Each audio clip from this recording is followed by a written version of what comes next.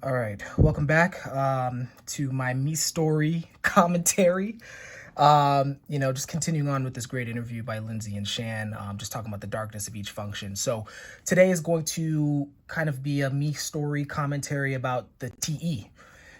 So the interview is done in the context of, okay, what's the lead TE struggling with?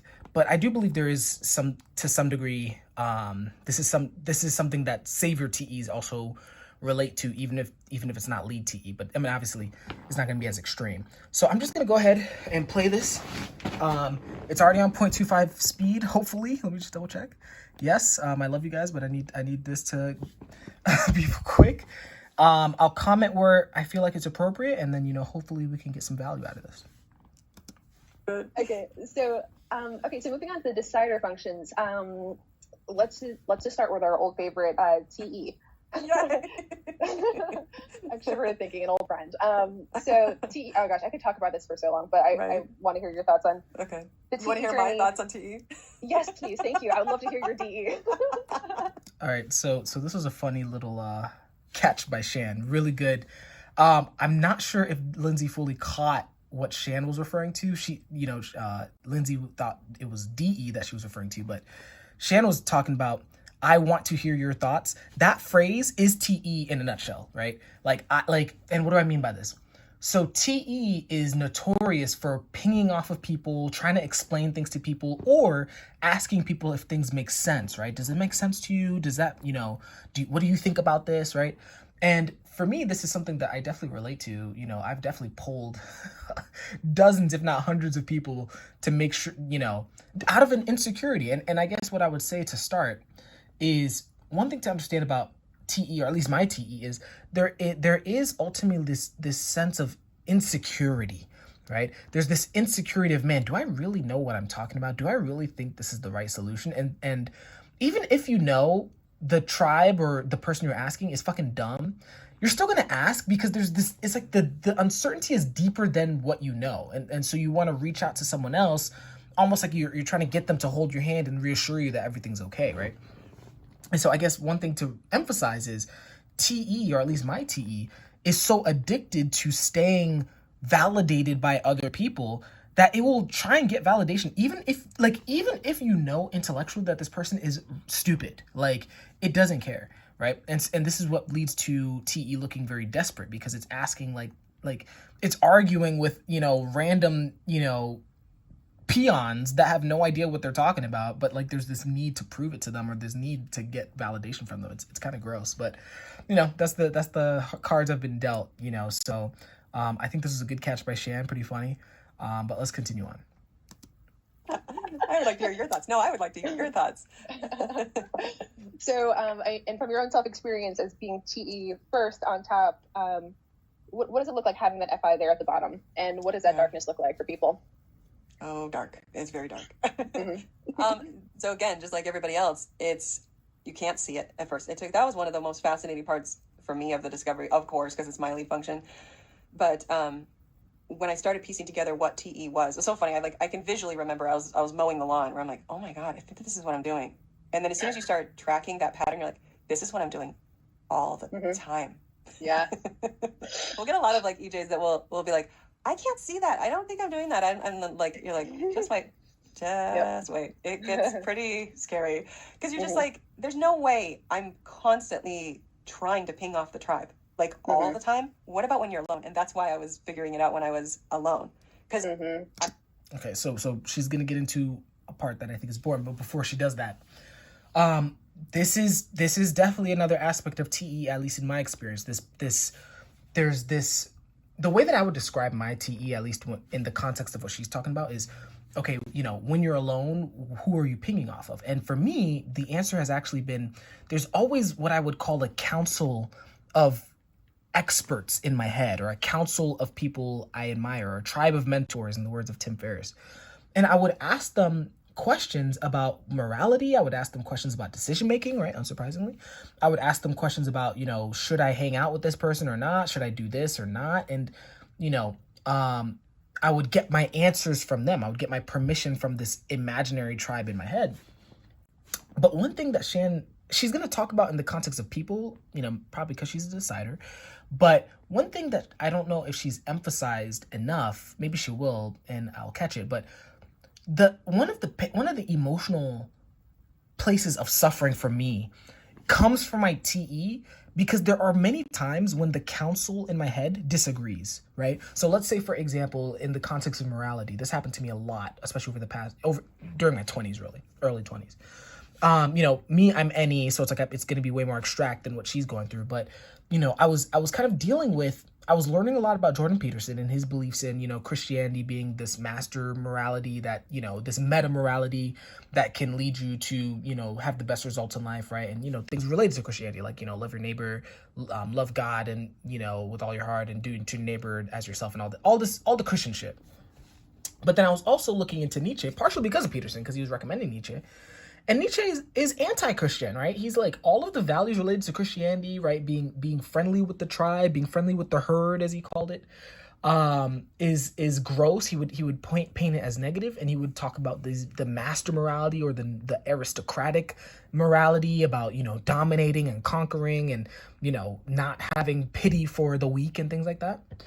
And both of them seemed appealing to me, at the very least. But then when it came to me making decisions, I would TE poll both of them in my head. I've never met either of them in my life, but I would still ask them questions in my head. And the fact that they disagreed caused a lot of anxiety.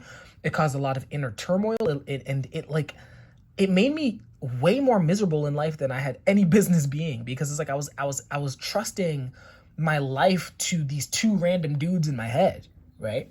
And I think that's something that is painful about my TE, at least, is that when there's a disagreement, it's like I'm torn in half, and I don't feel like I can move until I figure out, there's a TE, until I figure out how to resolve that tension. And that makes me get extra nerdy, extra weird, extra controlling in a weird way, because it's just a mess.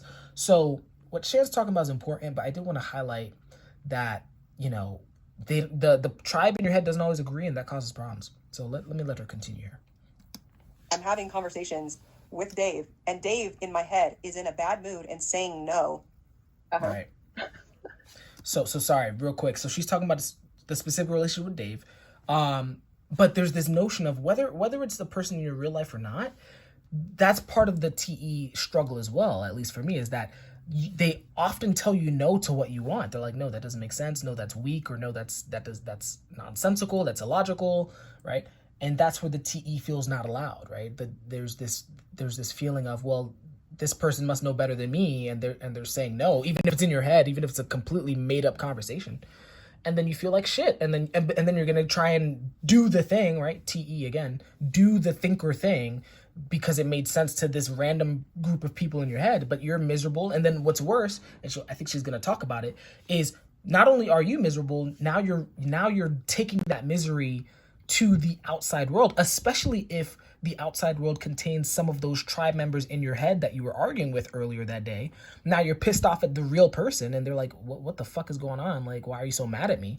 But it's because of this weird dynamic internally of, I asked you something in my head, and you said no to me. Like, even though that's fucking fake, I'm still mad at you. And so they get very, the demon FI, or the TE gets very bitchy. And starts complaining about, oh, well, you didn't do this, and it's a mess. It's a mess. And I've lived through that mess firsthand, right? It's not fun. So I definitely have empathy for anyone who is Savior TE or Demon FI going through it. But Shan is gonna actually talk very beautifully about how this manifests in like actual interpersonal dynamics, decider shit. What? Like, what did you create? And then like I realized this is what was really like crazy making is that I would then create that reality. I would go make that happen, because I'm now walking in the room. This is every Demon FI, by the way. I'm now walking in the room in a bad state because I just had an argument in my head with poor Dave. And, if you walk in the room, you're just sitting there like, what? Like, just, introvert. What? Just in his OI, doing his thing. Right. He's obsessed with it. And I'm like, I want to go to the store, and I'm going to get some makeup. And he's like, okay, can you just go? Like, it just does not care. It's weirdo. Like especially if you FI want something. And this is what's so fascinating about Demon FI, is the more you want it, the more you mess it up, and the more you dramatize it, and the more you are not allowed to have it, the more you want it. So beautiful, so beautiful. So there's two things I'm going to point out here. First, I'm actually going to call Lindsay out 2 seconds here. So if you noticed, and feel free to rewind the video or go to the clip yourself, but as Shan was talking about her imaginary conversation with Dave, notice that Lindsay added a little voice from Dave that didn't exist. She's like, yeah, you weirdo.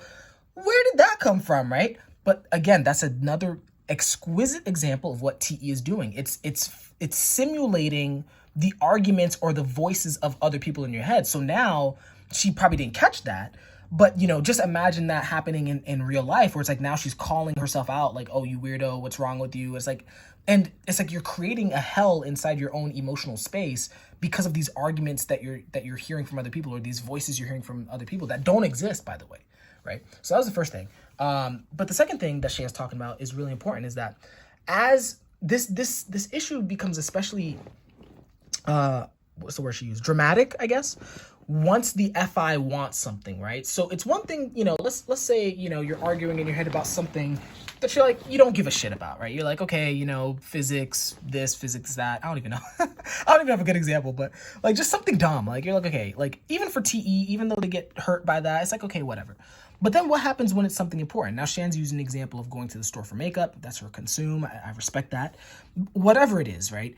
Once the FI is engaged, those arguments hurt a lot more, even if they're fake, even if they're in your head, right? Because you're like, man, I really wanted this, and now you're telling me no, and and then it creates this emotional pain, right? Because it's a demon decider function, pain, and then it causes drama because you're like, well, fuck you, and now you're arguing with this person because, again, by the way, this argument only exists in your head. Now you're bringing this argumentative energy to the person, and like she said, you then create this argumentative, not allowed vibe because you wrecked it internally, right? So, and that's what's important. You have to remember that FI is vibe for self, right? So she wrecked her own vibe by arguing with herself in her head, and now she's bringing this wrecked vibe to the social world, and now everyone's like, yo, fuck you, like get your shit together, right? So hopefully that makes sense. But I think those are two very important points. I think Shan's going to talk a little bit more. I'm going to play a little bit more, but then I think I'm going to wrap up after this because I think this is about it. So let me just see what else she has to say. And what the fear is such a weird function, the demon FI at the bottom, or even where you have it, Lindsay. But like I am not allowed to like what I like, and I'm terrified of what my own bad emotions happening. I'm terrified of imploding with sadness, with anger, with rage. I'm terrified of that like black hole of my own, I'm not good enough. I have no value. Just, it's like a sinking feeling, especially with the feminine.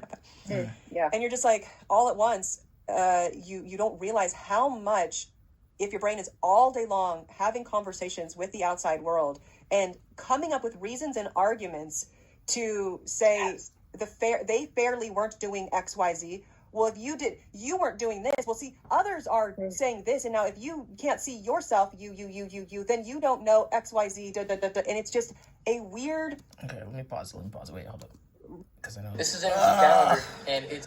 God damn it! All right, let me go down here because I'm not trying to get sued out here. So what were you saying, Shan? Reason machine, and it's like, oh, that's a horrible function. Why would you want a function that is designed to argue about nothing? Debate all the time. Yeah. Okay, so pausing there. So really good points, right? So I'm gonna speak on that a little bit, and then I think I am gonna wrap up because she's pretty much done. So she's talking about how the secret fear of TE, whether it's especially if it's lead TE, is the fear of what does she say? Negative emotions, experiencing the negative black hole of emotions within yourself, right? Like in my case, I don't know if mine's extreme or not, but my case, it would be like suicidal depression, deep anxiety, deep like self-hatred talk towards myself. That happens a lot. But one thing that she mentioned here that is a little bit confusing, she was like, why? So she said, why would you want a function that is so argumentative and having so many conversations? To me, I think the clear answer is the TE is trying to protect the emotions, right? It's a protection mechanism, right? So it's like, okay, and this is what I would imagine the protection would be. It's almost like the TE function believes that if I can just predict everyone else's disagreements, and if I can reason my way out of those disagreements, I don't have to feel bad about myself. It's basically what's going on. So it's like it's trying to prepare for the worst in some sense, right? And trying to argue against the worst so that it can protect itself. Which I think is valuable, right? I think that's valuable. And I think there's a place for that, actually. I think there's a beautiful place for that, especially in the world of sales and especially in the world of business, right? Where it's like, you got to get the shit to work, and, you can't afford for yourself or for your prospect or for your customer to make you feel bad. You better argue your way out of that. You better objection handle, right? But the issue then becomes, as I mentioned before, the TE is so focused on other people wrecking its vibe that it's not realizing that it's wrecking its own vibe by arguing with itself so much, right? It's creating the emotional hell that it's trying to avoid, which is very sad, but that's kind of the case with all the saviors. Anyway, this is really great. There's more to it. She gets a little bit more in depth in it. So what I'm gonna do is I'm gonna put the link in the description. Feel free to watch it. I put some timestamps. Look at this. Look at this. Look at these sexy timestamps. Let me peacock for 2 seconds. Look at that. Right? Just go ahead and click on that 47:26 minute, and then you can go ahead and listen to for yourself. If you have any feedback, if you want to share your own personal experiences, or hey, if you have a different take on what TE is doing, feel free to leave it in the comments below. Love to read those. But otherwise, hope you have a great week. Hope you enjoyed this, and I will see you guys in a little bit. Take care now.